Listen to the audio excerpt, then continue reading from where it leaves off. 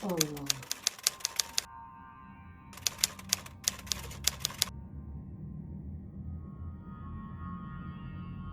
Assalamualaikum warahmatullahi. Assalamualaikum warahmatullahi. Mang Sukir. A'udzu billahi minasyaitonir rajim. Bismillahirrahmanirrahim. Assalamualaikum warahmatullahi wabarakatuh. Kembali lagi bersama Mang Sukir.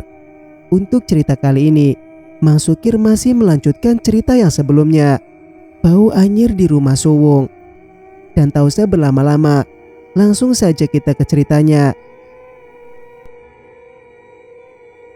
Itu pasti ulah Erna. Dia ndak senang diomongin kayak gini, kata Mbok Yem dengan santainya. Erna, jangan berisik nduk. Pemilik rumah ini baik, jangan diganggu. Simbo berujar sendiri, seperti tengah menasehati seseorang dengan nada tinggi dan penekanan. Mbok ngomong sama Erna? Tanyaku keheranan dan lumayan bergidik. Tiba-tiba tengkuku meremang sempurna. Kalau bukan Erna, siapa lagi nduk? Dia ndak jahat kok. Kalau kamu mau nyari Rukiah, silakan nduk. Ini rumah kalian. Hak kamu biar tenang di sini. Mbok, pasti dapur berantakan. Aku takut, Mbok. Ya sudah, biar Kadita saja yang beresin. Nduk, Kadita, coba kamu lihat di dapur itu ada apa. Kalau ada panci jatuh, tatain balik. Piringnya kalau pecah, beresin Yunduk. Mbak Hasna ndak berani soalnya. Kadita mengangguk tanpa berujar sepatah kata pun. Dia lantas berjalan cepat menuju ke dapur, seperti apa yang dititahkan mbahnya.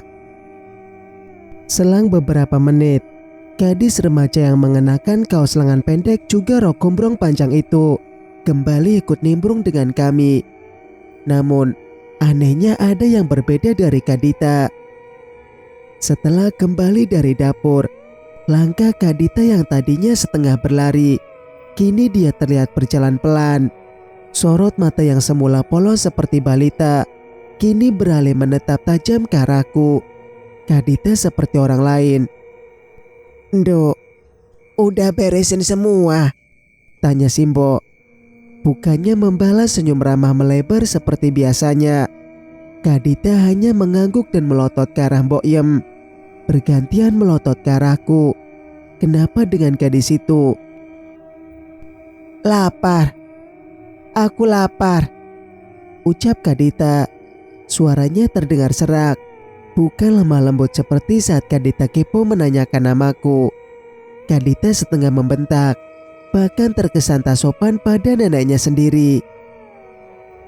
Tadi Mbak udah bilang kan, Dit, Mbak masak nasi goreng. Kamu makan aja, masih banyak kok. Mana nasi gorengnya? Kadita menyeringai. Di dapur, Dit. Kamu langsung ambil aja ya. Gak perlu Mbak ambilin kan. Makan aja. Buka tudung sajinya, kataku tanpa ragu. Sebab aku barusan takut ada dandang yang dilempar. Biarlah Kadita makan sendiri. Apa Mbak ambilin, Duk? Tanya Simbo pada Kadita. Kadita mengangguk, lantas menyeret neneknya, hingga Mbok Yem yang semula duduk santai di sofa terpaksa beranjak demi menuruti cucunya.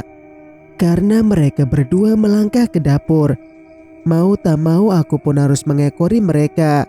Rasanya was-was duduk sendiri, khawatir tiba-tiba ada Ernawati menyapa. Mbok Yem membuka tudung saji, menghirup aroma nasi goreng yang kubuat. Sampean pinter masak, Nduk. Dari bau nasi gorengnya kelihatan enak tenan, puji Mbok Yem. Namun, lagi-lagi Kak Dita hanya menyeringai seolah tak setuju pujian neneknya terhadapku. Kini, kami bertiga duduk di kursi makan. Mbok Yem meladeni nasi goreng untuk Kak Dita, berikut irisan telur dadarnya. Mbok juga makan sekalian. Masih banyak, Mbok, kataku menawarkan. Mbok hanya mengangguk. Saat Mbok Yem hendak mengambil piring nasi goreng untuknya, tangan Kak Dita menghadang kasar. Gak usah ikut makan. Ini mau aku habisin, serga Kak Dita mendelik. Memangnya kamu mau habisin nasi sebanyak ini, Nduk? Tanya Mbok Yem keheranan. Begitupun aku. Kenapa Kak Dita jadi seseram dan seseraka ini? Padahal biasanya dia selalu bersikap manis. Tanpa berucap, Kak Dita melahap sesuap demi sesuap dengan serampangan. Dia teramat rakus. Hingga sepiring nasi yang tersaji ludes hanya beberapa detik. Ludahku terteguk spontan. Pasti ada yang tidak beres dengan gadis itu. Beberapa saat kemudian, dia juga mengambil nasi goreng yang ada di wadah-wadah nasi berbentuk mangkuk besar berbahan melamin itu. Lagi-lagi rakus, seperti sudah kelaparan 3 hari tak makan. Nasi yang di mangkuk dimakan secara serampangan hingga tercacar ke meja, hingga lantai. Nduk, kamu ini kenapa? Kalau makan pelan-pelan, tegur Mbok Yem secara halus. Kak Dita menghentikan makannya yang hampir habis beralih melotot ke neneknya. Tangan neneknya dicengkram kuat. Jangan ganggu aku lapar, seru Kak Dita gelegar, membuat Mbok Yem tertunduk sedih. Kuajak Mbok Yem menjauh sebentar dari Kak Dita, menanyakan hal tidak beres yang mengganjal pada gadis itu. Mbok, memangnya Kak Dita biasa kayak gini ya, Mbok? Atau ada hal yang gak beres sama dia? Biasa, Nduk. Kak Dita sering kumat-kumatan.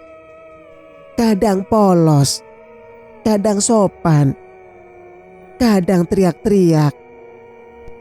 Mbok udah biasa ngadepin dia kayak gini, kata Simbo menenangkanku.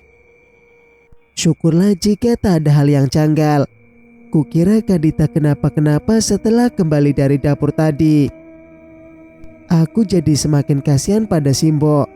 Dia hanya tinggal berdua dengan cucunya yang mengalami gangguan mental itu.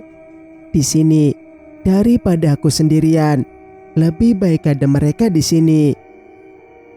Nduk, Mbok mau bersih-bersih halaman dulu ya. Nanti Mbok lanjutin beresin dapur. Kalau Kak Dita udah selesai makan, dia ndak mau diganggu. Iya, Mbok. Aku kembali ke kamarku hendak mengambil ponsel. Ternyata ada beberapa panggilan WA dari Taufan, adik sepupuku. Dia bukan hanya saudara sepupu biasa, melainkan sahabatku juga sebelum aku menikah. Usia kami terpaut 3 tahun. Dia lebih muda 3 tahun dariku. Dia jugalah yang dulu mengenalkan aku pada Mas Faisal, juragan geprek langganannya. Dia sudah miss call 3 kali. Ku telepon saja. Barangkali ada hal penting yang mau disampaikan. Halo Van, ada apa? Mbak Hasna. Katanya Mbak Hasna beli rumah ya. Aku udah dikasih tahu Mas Faisal alamatnya. Kebetulan sekarang aku lagi main ke temanku. Rumahnya dekat rumah Mbak. Bolehkan aku mampir main, Mbak? Ya Allah, Van. Ya bolehlah. Boleh banget, Van. Mbak malah seneng kamu main ke sini. Ya udah, aku TW ke sana. Ngomong-ngomong, Mbak mau dibawain apa nih? Masa main ke rumah baru bawa tangan kosong? Guraunya. Apa ya? Jam segini jualan seblak udah pada buka belum, Van? Kalau belum, yang lainnya apa, Mbak? Martabak? Pasti belum ada juga. Gimana kalau bakso? Boleh deh, yang banyak tetelan sama balungannya ya, Van. Siap, Bu Bos. Bawain 3 atau 4 bungkus ya, Van. Kenapa banyak banget, Mbak?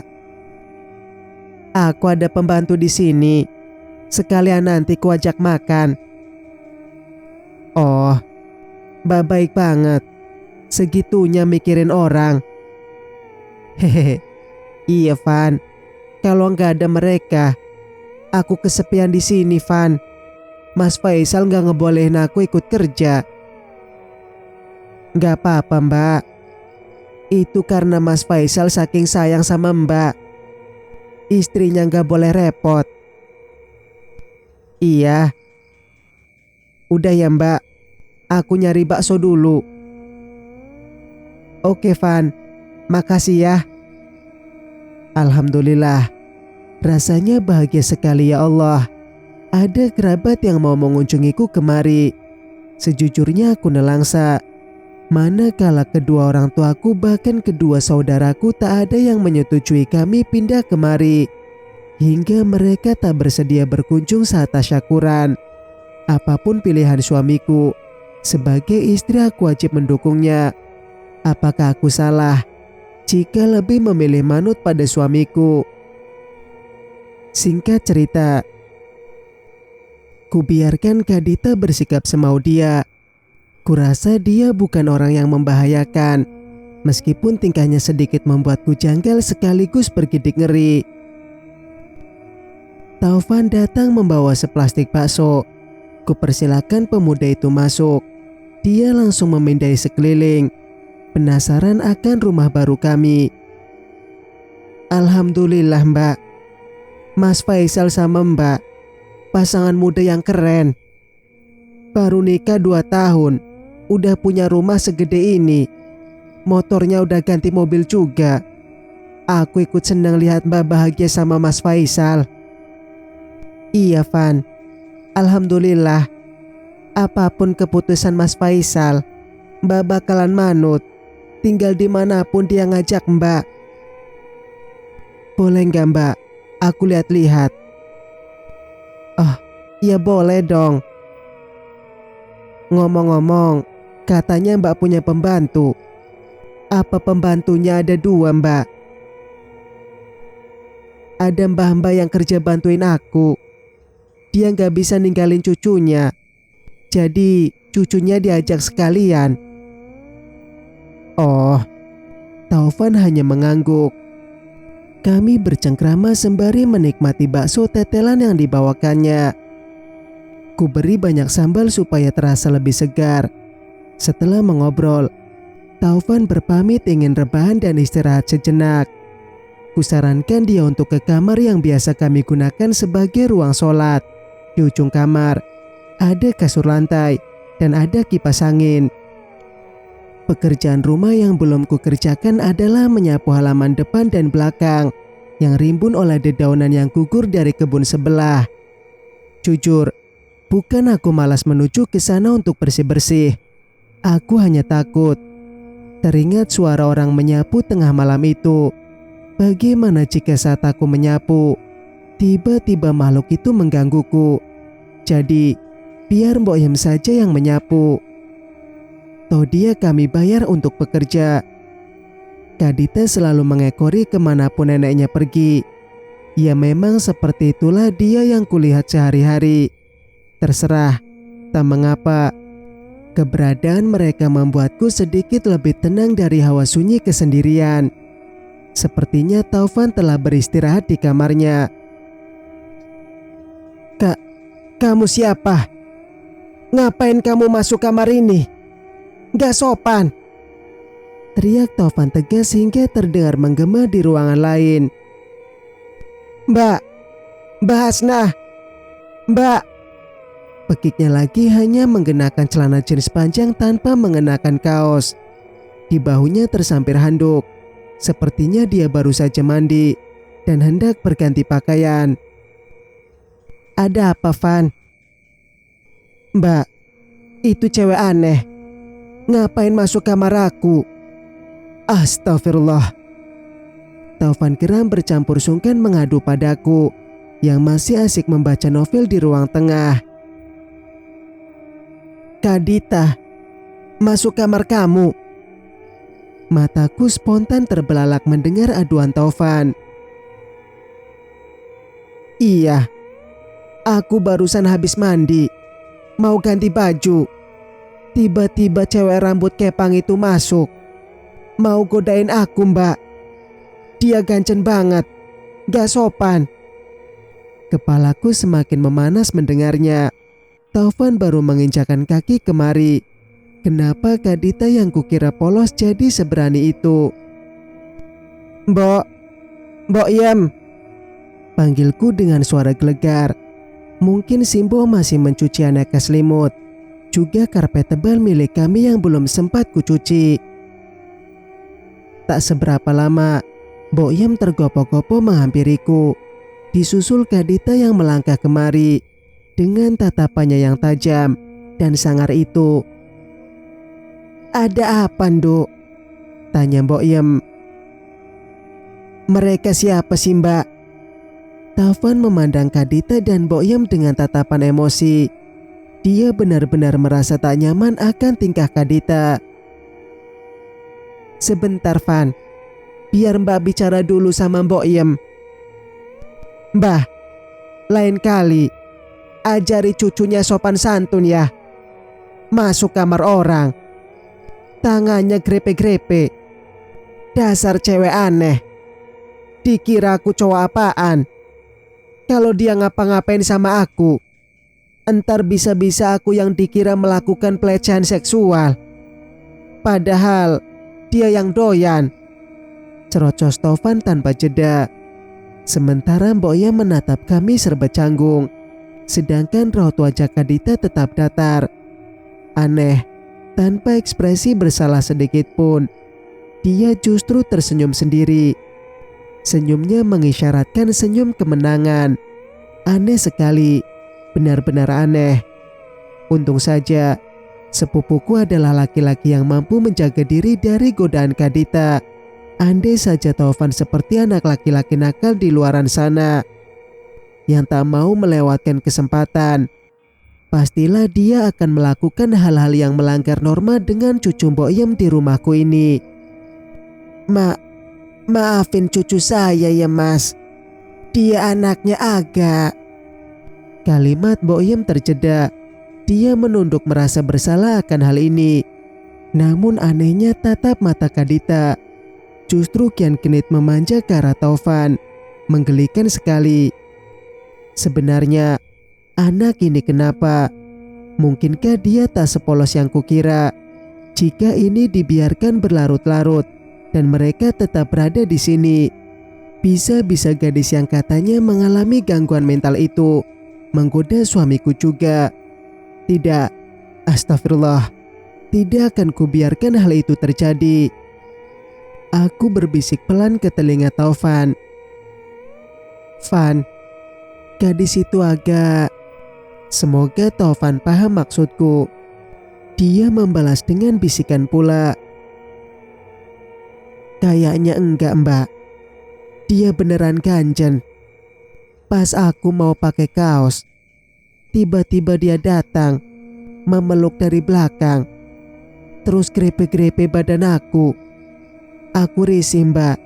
Dia bukan gangguan mental, tapi dia genit. Terus Mbak harus gimana? Mereka itu Mas Faisal yang nyaranin buat bantu Mbak. Kalau mereka disuruh pergi, nanti Mas Faisal marah. Apa Mbak mau suami Mbak digoda sama gadis sok polos kayak gitu? Mending dicegah, Mbak, sebelum kenapa-kenapa. Mas, tolong maafin cucu saya ya, Mas. Dia emang kayak gitu, sering berubah-ubah. Kadang kayak anak kecil, Mungkin dia deketin Mas, nganggap Mas itu bapaknya. Dia kurang kasih sayang Mas. Dia ndak maksud apa-apa kok Mas. Tingkahnya kayak anak-anak. Ucap Mbok Ia menjelaskan, berharap Taufan akan memaafkannya. Namun, aku masih mempertimbangkan ucapan Taufan barusan. Jika kubiarkan Kak Dita tetap dekat dengan kami, bisa-bisa dia menggoda Mas Faisal dan Mbok Ia akan berdalih hal serupa. Mbah, yang dilakukan barusan sama saya itu bukan hal yang lumrah dilakukan anak-anak. Mbah lihat sendiri kan, ini anaknya di sini saja, matanya masih genit begini. Maaf ya Mbok, dengan berat hati saya minta Mbok kalau bantu saya di sini. Gak usah ngajak Kak Dita ya Mbok. Saya lebih butuh Mbok, butuh tenaga sekaligus teman ngobrol. Tapi kalau Kak Dita kayak gini, saya juga punya suami dan saya gak pengen Kak Dita melakukan hal serupa ke suami saya. Ndak bisa Nduk. Saya ndak bisa ninggalin Kak Dita sendirian di rumah. Walaupun cuma berjarak beberapa meter. Saya khawatir Kak Dita kenapa-kenapa. Kalau Mbok masih mau kerja sama saya, Mbok harus ikuti aturan saya. Kalau Mbok gak bisa, ya mending gak usah sekalian. Tegasku sedikit geram. Aku benar-benar khawatir jika nantinya Kak Dita akan berbuat semakin di luar dugaan. Ternyata kamu bukan orang baik-baik.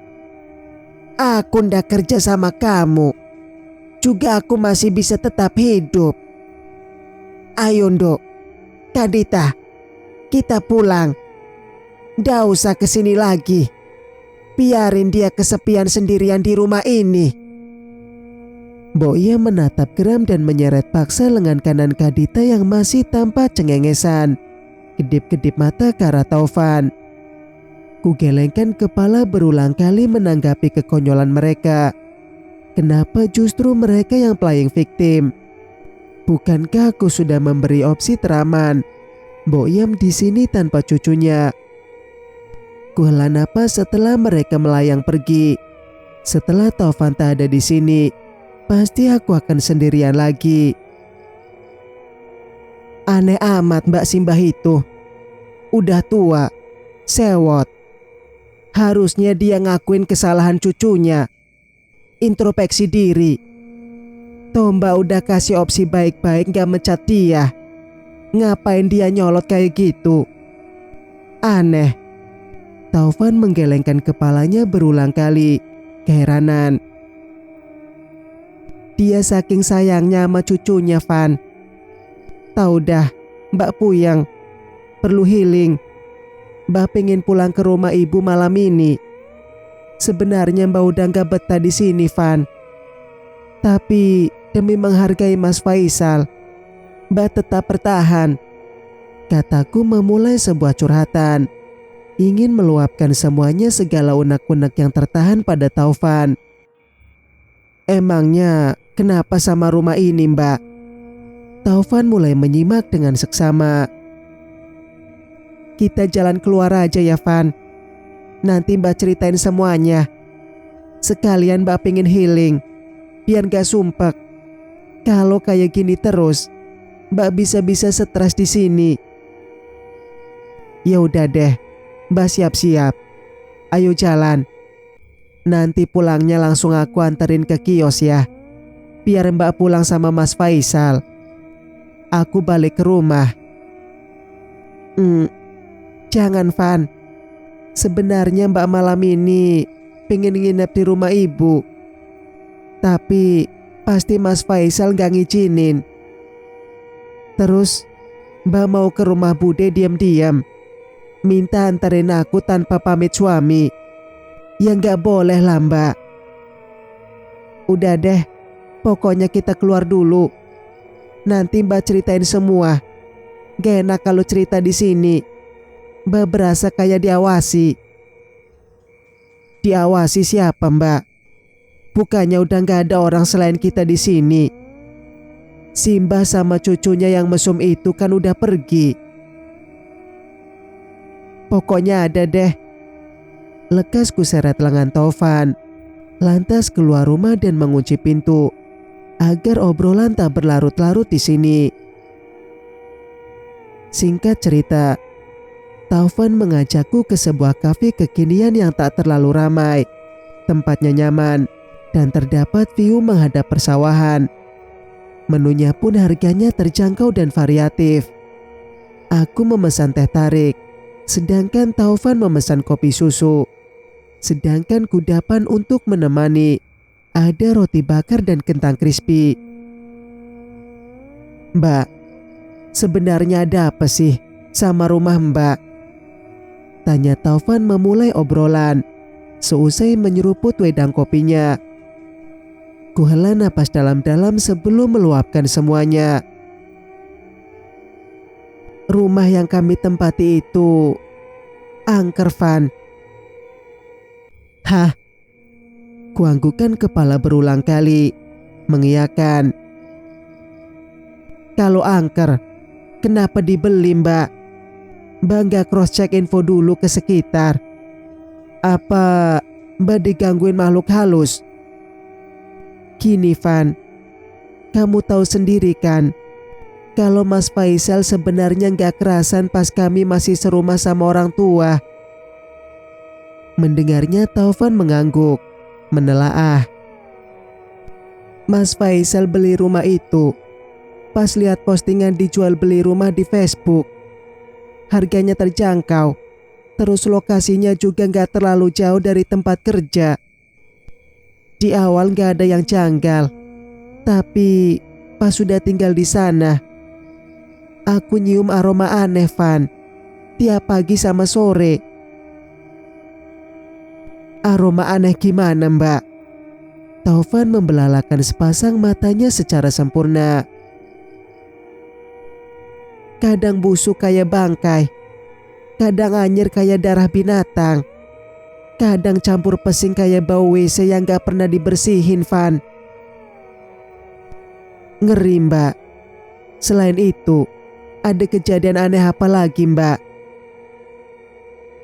Ada, Van. Pas tengah malam, aku ke kamar mandi, dengar suara kayak orang nyapu halaman pakai sapu lidi.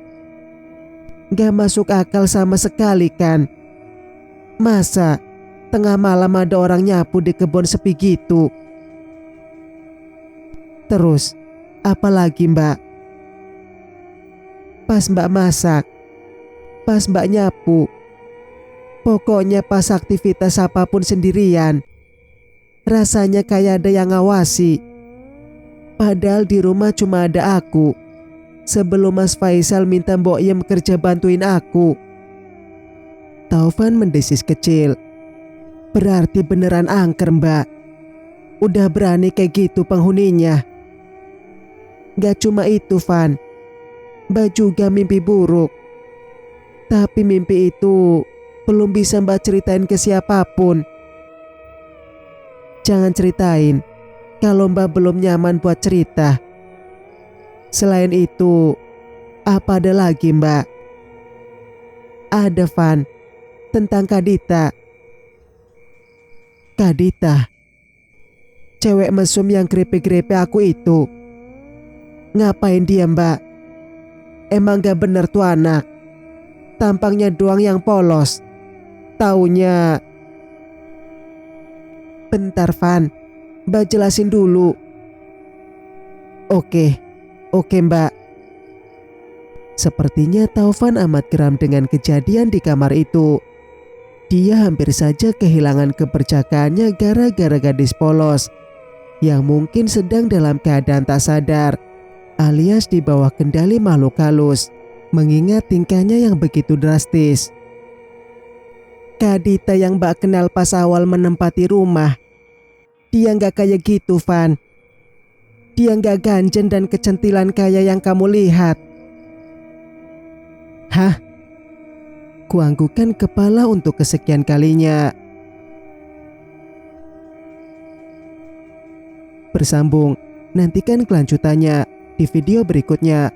Wassalamualaikum warahmatullahi wabarakatuh.